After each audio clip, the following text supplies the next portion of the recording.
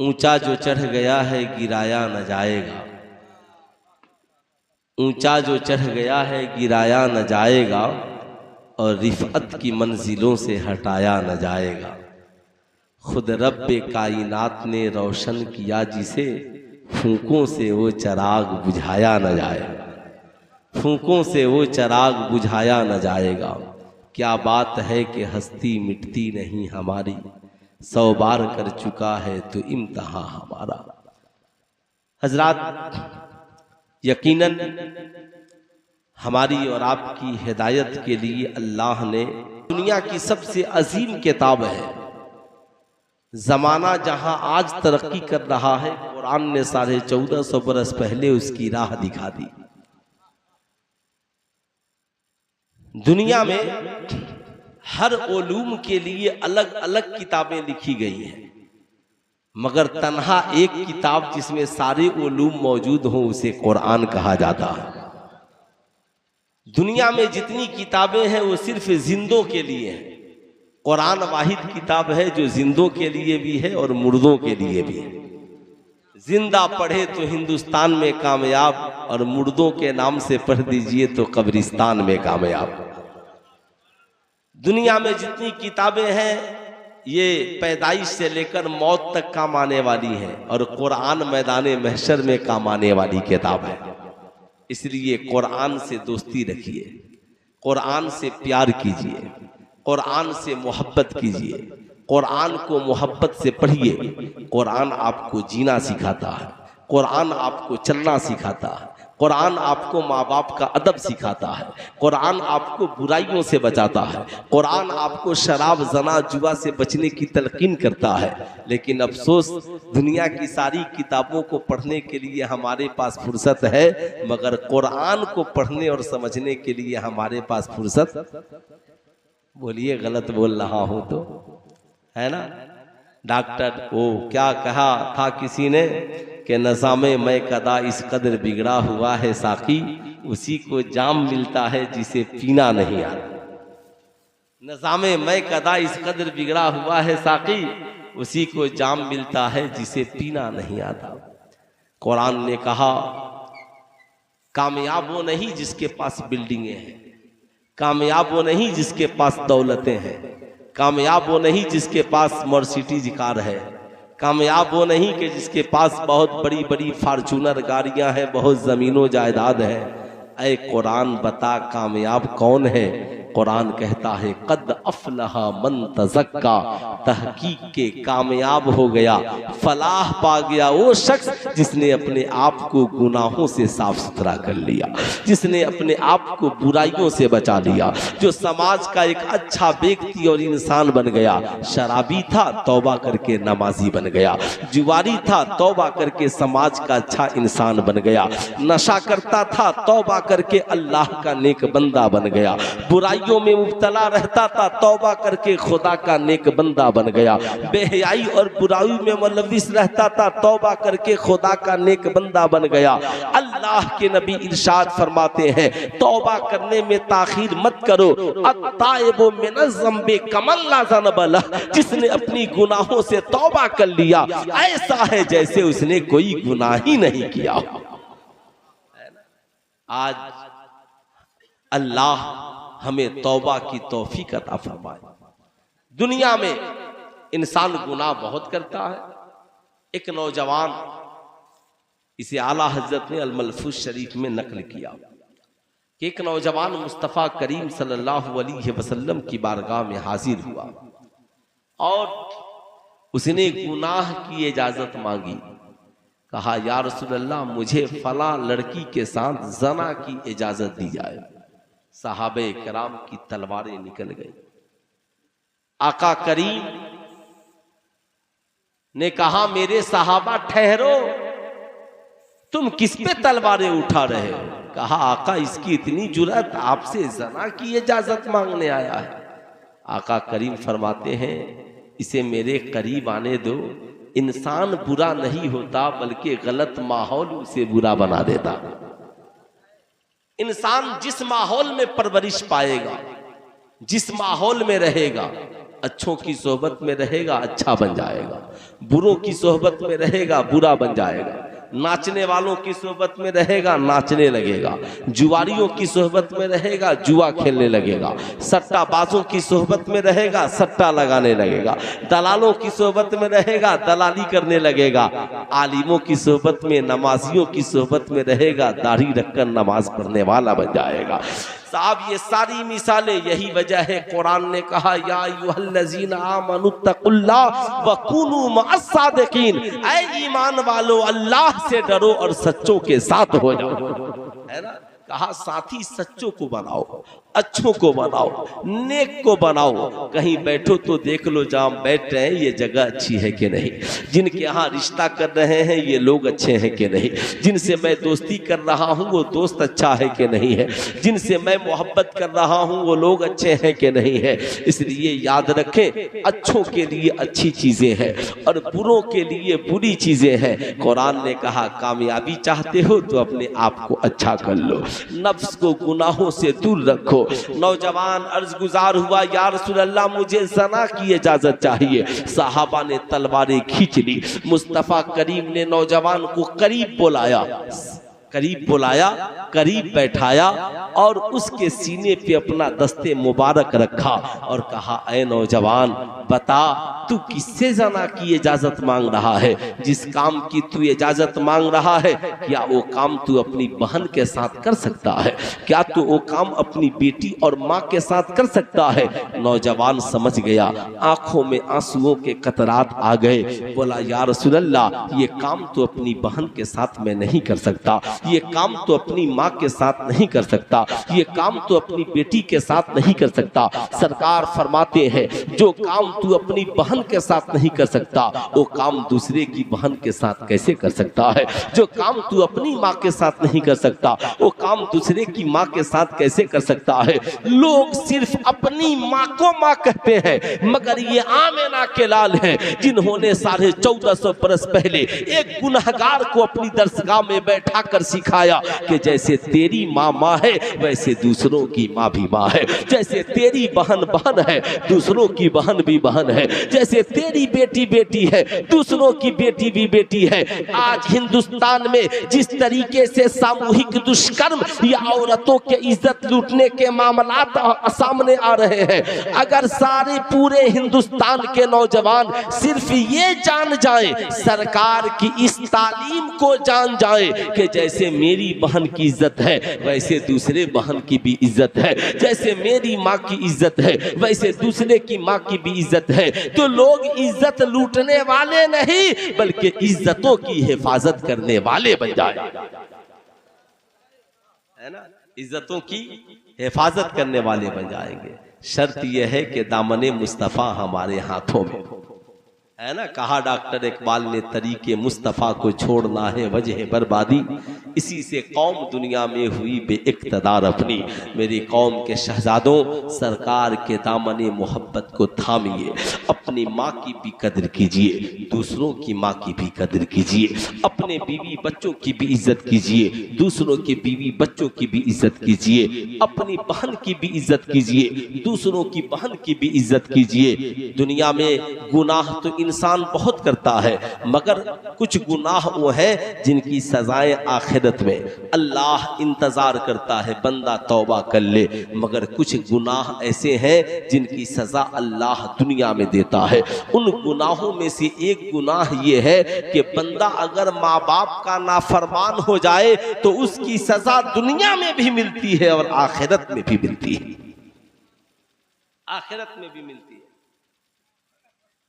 माँ बाप की खिदमत क्या है, हमारा रिश्ता माँ बाप से कैसा हो, हमारा सलूक हमारी माँ के साथ कैसा हो। आज जरा सीने पे हाथ रख करके आप सोचें कि हमने अपने माँ बाप के साथ क्या सलूक किया।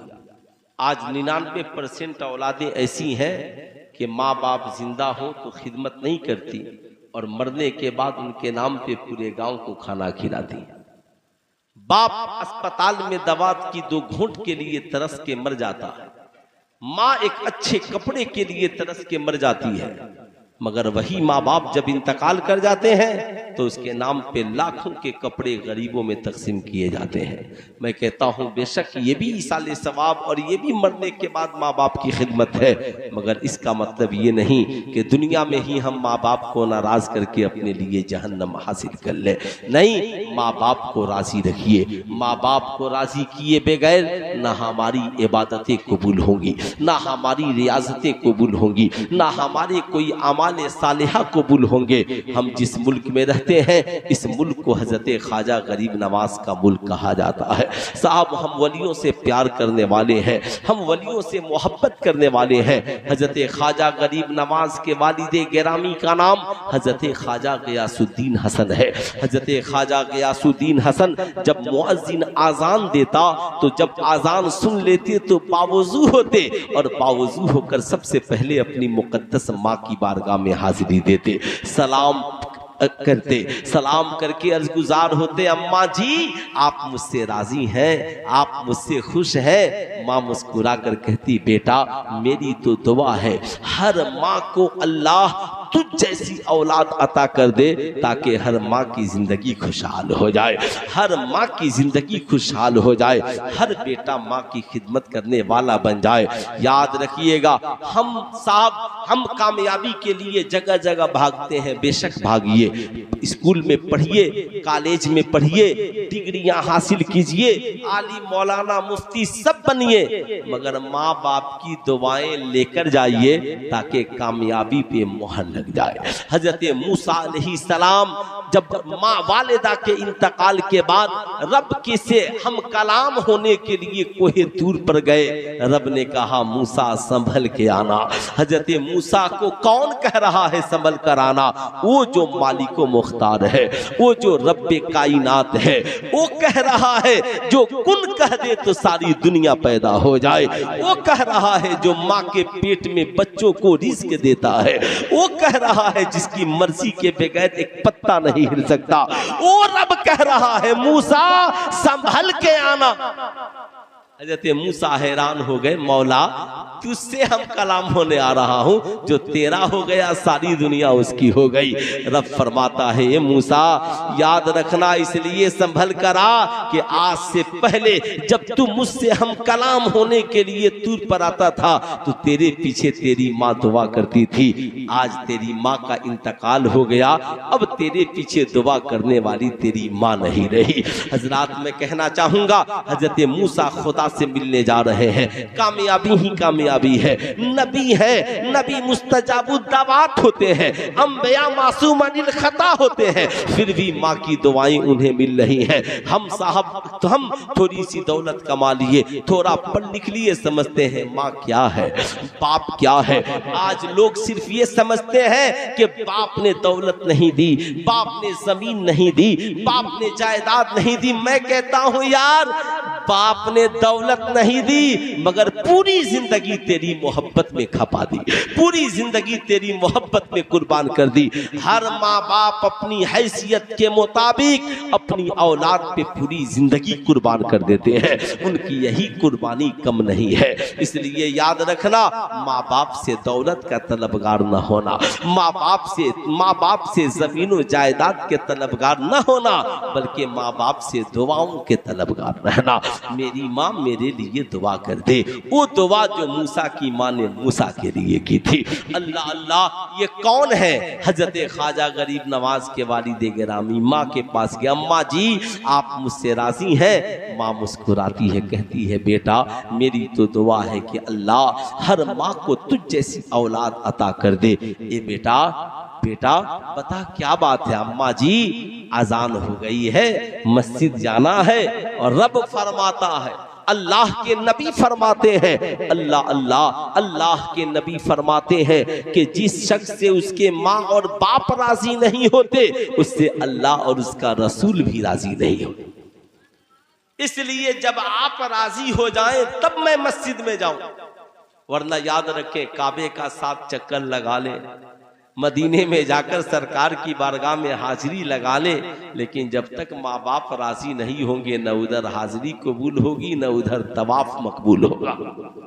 इसलिए अल्लाह दौलत देना तो जिंदगी में एक बार कुछ न करे, माँ को कान की बाली और बहुत दौलत की जरूरत नहीं। अल्लाह आपको दौलत दे तो एक बार माँ बाप को मक्का और मदीना लेकर चले जाइए, है ना, मक्का और मदीना लेकर चले जाइए, फिर देखें इंशाअल्लाह। अरे यार, हमारी दुआ कबूल होगी ना होगी, मगर जब माँ साथ होगी, वो गलाफे काबा पकड़ के दुआ मांग देगी, रब्बे कदीर रद्द नहीं फरमाएगा। सरकार के रोजे पे माँ के साथ हम होंगे। माँ हमारे लिए आंचल, हमारी माँ पढ़ी लिखी नहीं है, कुछ नहीं जानती है, मगर रब से मांगना हमारे लिए अपनी जबान में खूब जानती है, आंचल फैलाना खूब जानती है। इसलिए मेरी आपसे गुजारिश होगी, ये सारी दुनिया की दौलत एक तरफ, असल जिंदगी तो आखिरत की जिंदगी।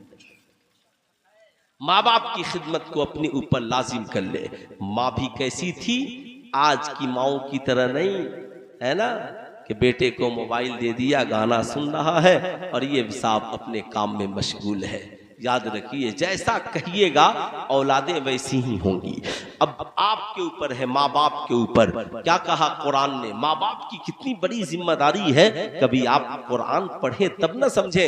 आज हमारे पास सारी दुनिया की किताबों को पढ़ने के लिए और उस पर पैसे खर्च करने के लिए फुर्सत है, मगर हम अपने मस्जिद में एक आलिम के पास बैठकर कभी कुरान का तर्जमा नहीं सुन सकते, हम उनकी खिदमत नहीं कर सकते। बुरा मत मानिएगा।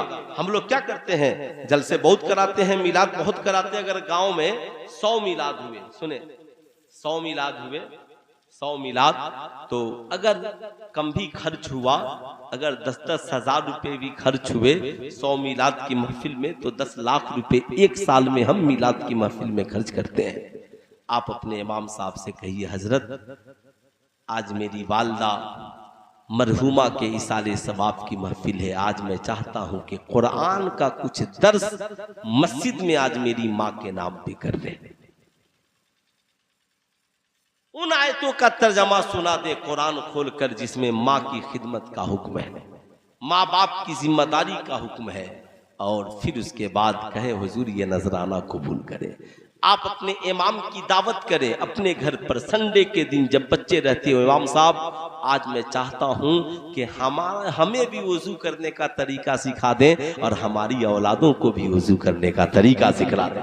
देखिएगा, हमारे यहाँ बड़ा अजीब माहौल है। अगर छोटे बच्चे मस्जिद में आ गए ना, तो सब डांट डपट के भगाने में ही रहते हैं। किताबों में ये आया कि नासमझ बच्चों को मस्जिद में लाना मना है, लेकिन जो बच्चे समझदार हैं आ गए तो उनका इस्तकबाल कीजिए, उनका वेलकम कीजिए, उनसे प्यार कीजिए, उन्हें करीब बैठाइए, उन्हें टॉफियां और मिठाइयां दीजिए।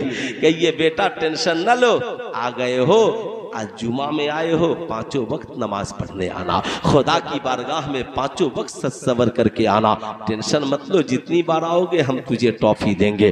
आहिस्ता से पूछिए, नमाज के बाद वजू करना जानते हो का नहीं जानता का, चलो आज मैं तुझे वजू करना सिखाता हूँ, मिठाई भी खिलाऊंगा, वजू भी करना सिखाऊंगा। वो बच्चा आपसे मानूस हो जाएगा। आप उसे वजू करना सिखा दे और कह दे बेटा मैंने तुझे सिखाया, तू घर जाना तो अपनी बहन को सिखा देना, अपनी माँ को सिखा देना, अपने भाइयों को सिखा देना। आपकी ये एक नेकी आप कब्र में होंगे, वो जब जब वजू करेगा नमाज पढ़ेगा, उसके वजू और नमाज का सवाब आपको भी मिलता रहेगा, आपको भी मिलता रहेगा।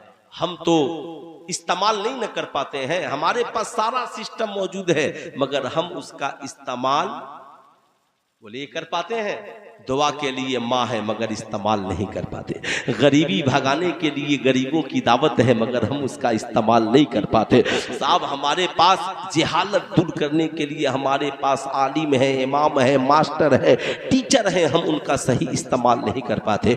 हमने अपने वक्त को बर्बादियों में लगा दिया। अब सुने, सरकार हजरत ख्वाजा गियासुद्दीन हसन की वालिदा हैं। वालिदा माँ कहती है बेटा बड़ा नेक काम है, काम कर, तू मेरे लिए मुसल्ला घर में बिछा दे और तू मस्जिद में जाकर बाजमात नमाज पढ़ के आ जा। जब माँ बेटा माँ के लिए मुसल्ला बिछाता है, खुद मस्जिद में नमाज पढ़ने के लिए जा रहा है। यही वजह है सैयदा खातून जन्नत का मुसल्ला घर में बिछता था और इमाम हुसैन मस्जिद नबवी में नाना जान के पीछे नमाजें पढ़ते थे।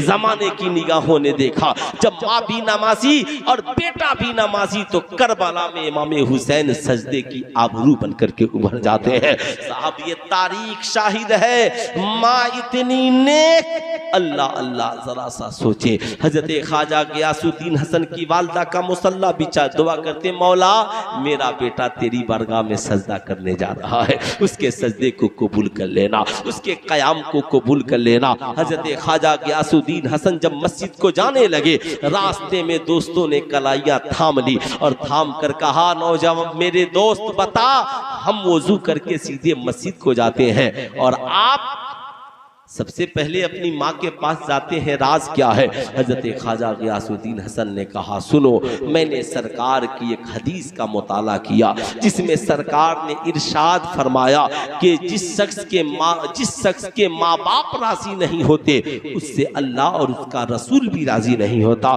जब से मैंने सरकार की इस हदीस का मुताला किया है, तब से मैं खुदा की बारगाह में हाजिर होने से पहले माँ बाप को राजी करता हूँ। जब माँ बाप राजी हो जाएंगे तो इंशाअल्लाह नमाज पढ़ूंगा, खुदा राजी हो जाएगा, दुरूद पढ़ूंगा, मुस्तफा राजी हो जाएंगे, तहियात में वलियों पे सलाम पढ़ूंगा, अल्लाह वाले राजी हो जाएंगे।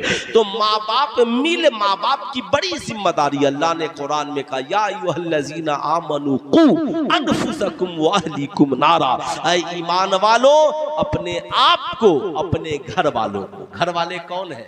माँ बाप, भाई बहन, बीवी बच्चे, घर वालों को किससे बचाओ? जहन्नम की आग से बचाओ।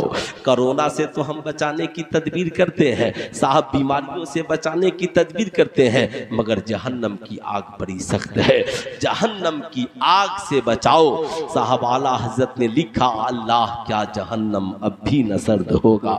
रो रो के मुस्तफ़ा ने दरिया बहा दिए हैं, रो रो के मुस्तफ़ा ने दरिया बहा दिए। मौला तूने हमें माँ बाप को क्यों दिया?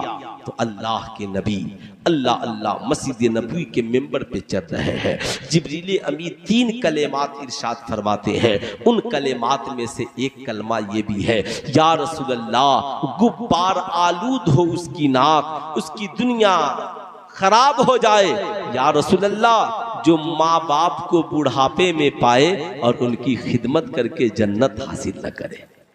तो अब साहब अल्लाह के नबी ने इशारा फरमा दिया, माँ बाप इसलिए मिले हैं ताकि हम उनकी खिदमत करके जन्नत हासिल करें। आप सारी दुनिया को दौलत, पैसे, क्या क्या देते हैं, कभी रात की तन्हाई में बूढ़े बाप का जेब भी देख लीजिए, कहीं मेरे बाप का जेब तो खाली नहीं है। कभी बूढ़ी माँ का आंचल भी देख लीजिए, कहीं आंचल तो खाली नहीं है। आप उसके जेब में कुछ पैसे डाल दीजिए ताकि सुबह को मेरा बाप चाय की होटल पे मोहताज ना हो। हम माँ बाप की खिदमत करेंगे, उनकी दुआओं से अल्लाह हमारी दुनिया को भी मकबूल कर देगा और हमारी आखिरत को भी कामयाब कर देगा।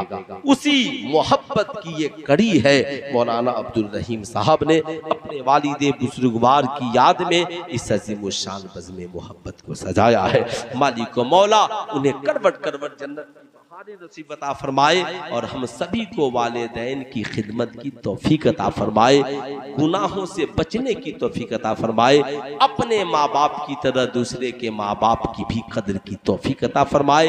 आपस में इत्तेहाद इत्तेफाक को कायम रखिए, अपनी दुनिया व आखिरत को कामयाब व कामरान बनाइए। जिंदगी बाकी, मुलाकात बाकी। पूरा मजमा मिलकर पढ़ लीजिए, अस्तगफिरुल्लाह रब्बी मिन कुल्ली ज़ंबी व अतूबु इलैहि। पढ़ लीजिए ला इलाहा इल्लल्लाह मुहम्मदुर रसूलुल्लाह सल्लल्लाहु